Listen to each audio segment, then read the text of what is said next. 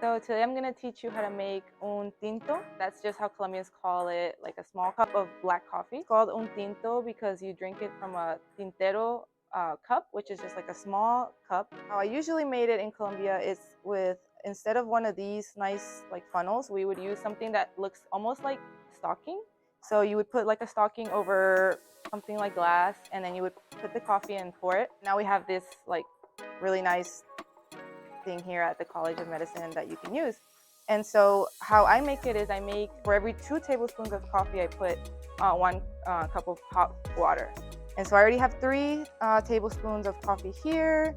I had already started making it, so I just need to put 1 more.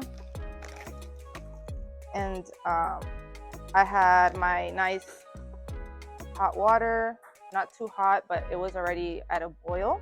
And so then you just slowly incorporate the hot water, and you just kind of let it do its own thing.